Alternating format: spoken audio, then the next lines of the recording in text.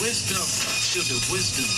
Flatline my mind, so I can be reborn again. Pronounce me DOA, so my new vessel won't sin. This world is frozen, global corrosion is eating everyone alive, except for the Most High's chosen people. And ain't no sequel in the end time. The Hebrew Israelites, hit you rock your enzymes. Let me define my mind. It's not that complicated. He that has an empty here, his mental will be elevated. Simply stated, I was intoxicated and inebriated by the old me until I was emancipated. The shield of wisdom helps the purge of the schism within the body. Cause human nature taught me to be naughty and hardy. The words are hooked around, it's got a big disease. But I got spiritual medication so my soul can be at ease. We got the shield, we got the helmet and the sword. We got to kill that old man so we can kick it with the Lord. Brother, can't you see? Wisdom, what's the truth have done for me? Taught me nationality. Brother, can't you see? Brother, can't you see? What's the truth have done for me? Taught me nationality. Brother, can't you see? Brother, can't you see? What's the truth have done for me? Taught me nationality. Brother, can't you see? Brother, can't you see? What's the truth have done for me? Taught me nationality. Brother, can't you see? Judah, Negroes, Benjamin, West Indians, Levi, Haitians, Simeon, Dominicans, Zebulon, Holland to Panama, Ephraim, Puerto Ricans, Manasseh, Cubans, Gad, North American Indians, Reuben, Seminole Indians, Naphtali, Argentinians and Chileans, Asher, Colombia, the Uruguayan, Issachar, Mexicans. Wake up, Judah! Wake up, Judah! Wake up, Judah! Wake up, Judah! Wake up, Judah! Wake up, Judah! Wake up. Shalom, which is peace. Welcome, brothers and sisters, to Shield of Wisdom. I'm your host, Priest Awam. And Shield of Wisdom is a program where we're bringing you the truth. And we've been doing a series on the devastation of the 10 tribes of Israel that was here in the Americas or the Western Hemisphere before the Spaniards came and started to destroy and maim and kill and murder all of us, here that was in the land and doing atrocities, that was very treacherous in the way they treated us as peaceful people, the children of Israel that were here in the land. And I want to continue. I have my special guest, Brother Thara. Shalom, all right. And my brother Ra'ash Malak. Shalom, my brother. Shalom, brother. So we're going to continue on this. We only have a short amount of time, so we want to make sure we get into it and get into the meat of it all. Right. Since this is the last episode. On the last episode, we touched a lot of meat and weren't able to really break it down in Spanish, so we're going to go ahead and try to touch base on it. So en español, el libro que estamos leyendo es ¿Judíos o indios? Sí. Y lo que estamos hablando, el último show que estamos diciendo, es que los españoles a ese tiempo fueron a la corte. Y a la corte ellos estaban con el juez y con los historianos que estaban diciendo que nosotros éramos los hijos de los hebreos de Israel. Y en ese tiempo ellos estaban diciendo que no éramos los hijos de Israel, pero que éramos diablos. Y los que los mataban, los que los querían matar, decían que éramos diablos para que pudieran hacerlo. Y los que realmente los miraban y miraban el modo que los vestíamos, el modo de actitud que teníamos, las condiciones en que vivíamos, decían, estos son los hijos de Israel, los que la Biblia dice que se han perdido. Okay, estamos diciendo como la palabra Cuba, como la palabra Yucatán, que son palabras de hebreo y que nosotros ya teníamos esos ya estimados en el país de los otros y que ellos vinieron y los robaron de todo eso, que están diciendo que nosotros no somos ellos. Pero aquí ellos mismos, con este libro de Barthélemy de las Casas y con otros profesores y historianos que nosotros que profesaron que nosotros somos los hijos de Israel, como por las cosas que los hicieron. Hasta peleaban en corte los conquistadores contra los cristianos, diciendo los cristianos que nosotros sí éramos los conquistadores decían que no éramos, para que no nos metieran en cárcel por matar y violarlos. Okay. Así que vamos a seguir en inglés y cuando acabe yo, mi hermano Malak va a seguir en español. Okay. Now, to continue on where we left off before, it was saying that the Spaniard was giving the account out of the Apocrypha saying how we were taken away captive by Salmanasar. Right. He was identifying us with that people, Right. being the same people. Salmanasar. Right. Okay. It says, this opinion is grounded on the nature and the customs of the Indian, which they have found to be very, very similar to those of the Hebrew. And now, this is where they bring him up on charges and start talking about it. It says, in the 1560s, a zealous bishop of the Yucatan, Diego de la Landa, was recalled to Spain on charges of exceeding his authority. While he was there, he wrote his Relaciones de las Casas de Yucatán, his relations to de las Casas, who wrote that book while he was in the Yucatan. Now, he wrote his own book that I just quoted, and that is also for you to get. In English is called Yucatan Before and After the Conquest. By who? Oh, this is by Diego de la Landa, the Spaniard that was called up on charges by the king. Right. He wrote his book and his account. Este libro aquí, de ese señor Friar Diego de la Landa, a él lo tienen en corte por las cosas que están escritas en este libro para decir para enseñar la verdad en lo que él también tuvo mano en las malas cosas de los otros que somos los hijos de Israel. Okay, hay que y entender aunque él abusó a nosotros, sí le dijo al rey que nosotros éramos los hijos de Israel. Y también con la cuenta que él también sabía de dónde vinimos nosotros, que nosotros veníamos de Asiria, cuando fue la última captividad que nosotros estábamos antes que vinimos acá en este país, a Norteamérica, Centroamérica y Sudamérica. Okay, so again he says, in the 1560s, a zealous bishop of the Yucatan, Diego de la Landa, who wrote that book, was recalled to Spain on charges of exceeding his authority. While he was there, he wrote that book, Relaciones de las Casas de Yucatán, which he made this curious remark. So this is quoted out of that book in the 1560s. Some of the old people of the Yucatan say that they have heard from their ancestors that this land was occupied by one race of people who came from the east and whom God had delivered, opening 12 paths through the sea. Okay? Now let's get Second Ezra, chapter 13. 13, Mira, mind you, he is not an Israelite.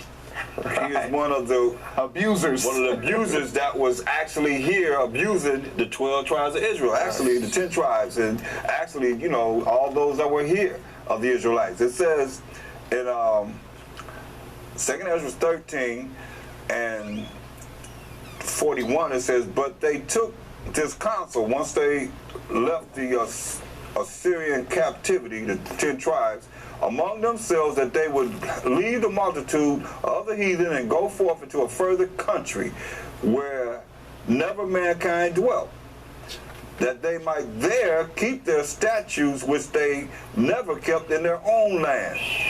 And they entered into Euphrates by the narrow passage of the river, for the Most High then showed signs for them and held still the flood till they were passed over. For through that country there was a great way to go, namely of a year and a half, And the same region is called Asareth, or New Land. But you see how that book said, what is it again, how he held still the passages? It says, some of the old people of Yucatan say that they have learned from their ancestors that this land was occupied by one race of people who came from the east, whom God delivered, opening 12 paths through the sea. See? So it's correlating right with what this Bible is saying. Como dice, o lo que estamos hablando ahorita, como es el que escribió este libro, Fiar Diego de Landa, que está diciendo que como nosotros, él está agarrando a cuenta de las personas de Yucatán, que ellos recibieron una historia de sus abuelos, de generaciones, que como nosotros vinimos a este país, que nosotros vinimos por el mar. Uno puede leer esto en el libro Procafía. Si tienen un libro, una Biblia católica, esos libros están ahí en ese libro todavía.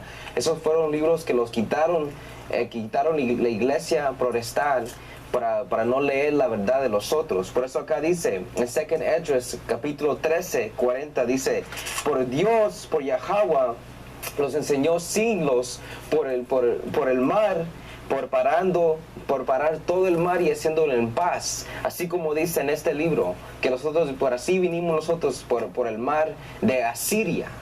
No, si él que no es Israel lo está diciendo que esto, así vinimos nosotros, ¿cómo no vamos a creer? ¿Quién somos nosotros?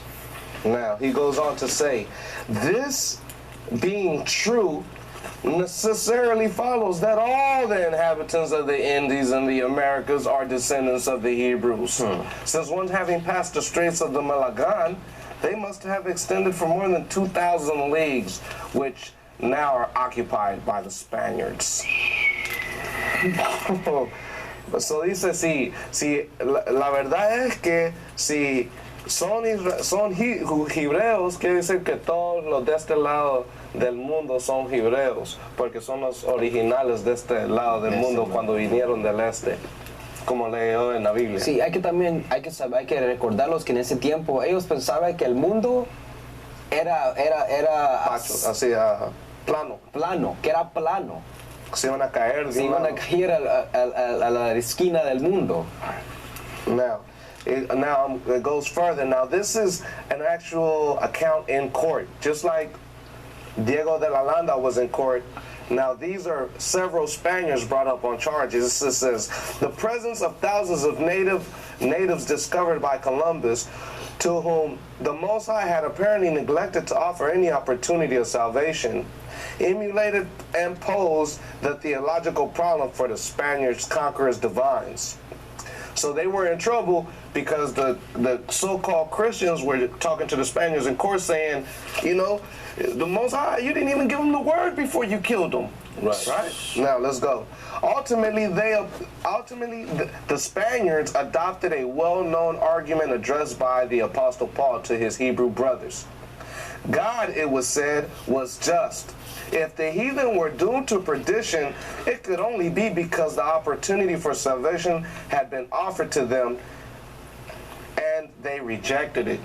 So when the Christians were saying, you didn't even give them a chance to get the word of God, they said, hey, the only reason we were allowed to destroy them, like Paul said, is because they already had the opportunity for salvation and rejected it.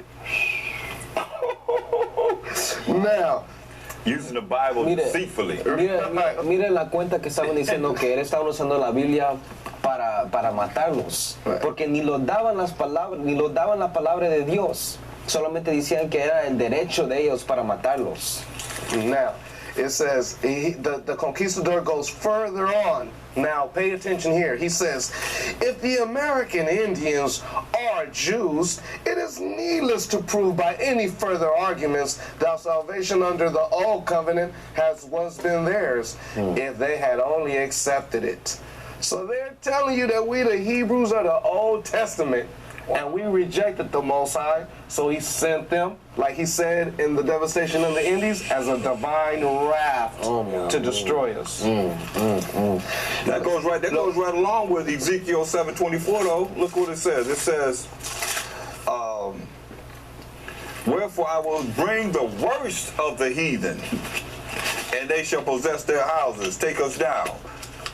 I will also make the pulp of the strong to cease, and their holy places shall be defiled. Say, destruction cometh, and they shall seek peace, and there shall be none.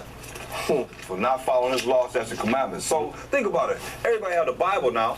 Everybody, they're telling you now that you're not under the laws, you're under mercy and grace and under the Most High's laws. You don't have to follow what he said do. The moral laws, civil laws, dietary laws, ceremonial laws. So how do you think it's going to be when he comes back? He sends the Mashiach Yahushua back. And what you going to be judged on? Oh, I didn't run the red light. Oh, I didn't get in trouble. I didn't go to prison. I didn't do this. But yet still you're doing all the abominable things that he hates. And he's within us. Think about the dietary laws. How people eat anything, you know what I mean? Right. Just pray over it and it'll be all right. Yeah. Like, no, come on, and his spirit is in us.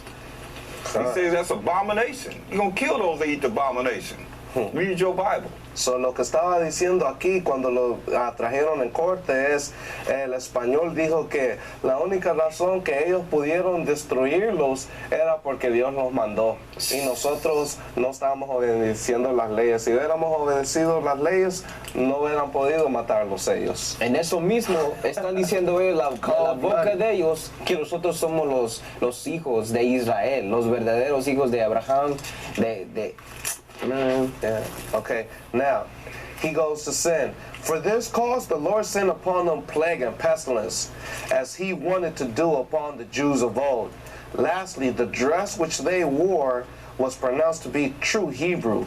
Their habitual meekness, their bearing and ascribed in mensuance and minutary, which is an old word which means many children, which had descended to them from the centuries during which they had sojourned as bond slaves in the land of Egypt. Deuteronomy 28 and 68. That's right. So lo que está diciendo es que Dios los mandó a ellos a que los destruyeran. Dice, el modo que los vestíamos éramos judíos. Dice, todo era. Dice, la razón que los mandó era porque los olvidó la palabra de Dios y los destruyeron. Y dijo que la mayoría de las cosas que oráramos eran cosas de cuando estábamos en Egipto, de esclavos, y los trajimos con nosotros aquí a este nuevo mundo. If I could read something concerning the dress, yes. Because when you look at how, we look at the North American Indians, so many natives of old, and a lot of the ones of old, just like it is now, they are perpetrating a fraud. As we have found out, but this is the dress code that the Most High gave us. You think about how, even to this day, we see this. It's in Numbers 15 and 38. It says, "Speak unto the children of Israel and bid them that they make them fringes in the borders of their garments throughout their generations, and that they put upon the fringe of the borders a ribbon of blue." So fringes. Why? Say, "And it shall be unto you for a fringe, that ye may look upon it and remember all the commandments of the Most High, and do them, and that ye seek not after your own heart and your own eyes, after which ye used to go a-whoring, that ye may remember and do all my commandments, and be holy unto your power." And that's what the Most High told us. So it was many fringes, so it's more than 10 commandments. It's 630 commandments. So therefore, 610 commandments. 613 commandments. Right. So therefore, all these fringes that's on the clothes, you're supposed to just look at the fringe and remember the commandments of the Most High. Right. Now, these are the people that we're talking about. When you go to Mexico, you see these people wearing ponchos, we call them. Now they got them in Banana Republic as style. You know what I mean? But these ponchos, those are true girds. And when you look, every poncho at the bottom has all the fringes. Right. These are our identity, but we are lost to our identity, so we just think it's fashion. Sí, lo que estamos hablando ahorita es cómo los vestíamos y cómo los reconocíamos a cada uno de hermano si los hubiéramos visto con las fringes, como dice aquí en Números 15:39, y serviros a de pucelo, para que cuando la vieras o escondieran de todos los mandamientos de Jehová, de Yahweh, para ponerse por obra, y no mires en pos tu vuestro corazón y de vuestros ojos, en pues los cuales fornicáis. Los panchos, los guaraches, todas esas cosas son cosas de hebreos. Son cosas que hemos traído desde cuando estábamos en Israel. Se los olvidó quién éramos, pero en el modo de vestir todavía los vestíamos. Teníamos esas cositas que cuelgan en los panchos. Hay muchos en los panchos porque es uno para cada ley. Hay 613 leyes, leyes del Padre, así que por eso hay tantos que caen en los panchos. Okay? Now, I'm gonna get into this. This is some information pretty much covered.